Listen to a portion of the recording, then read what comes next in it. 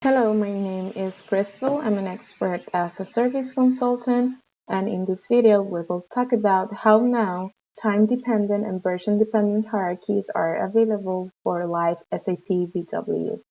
This is part of the QRC1 update of SAC for 2024.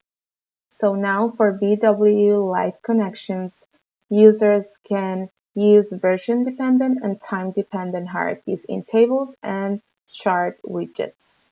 As you can see here, when you're creating a table or a chart, you will be able to also use a time-dependent hierarchy or a version-dependent hierarchy.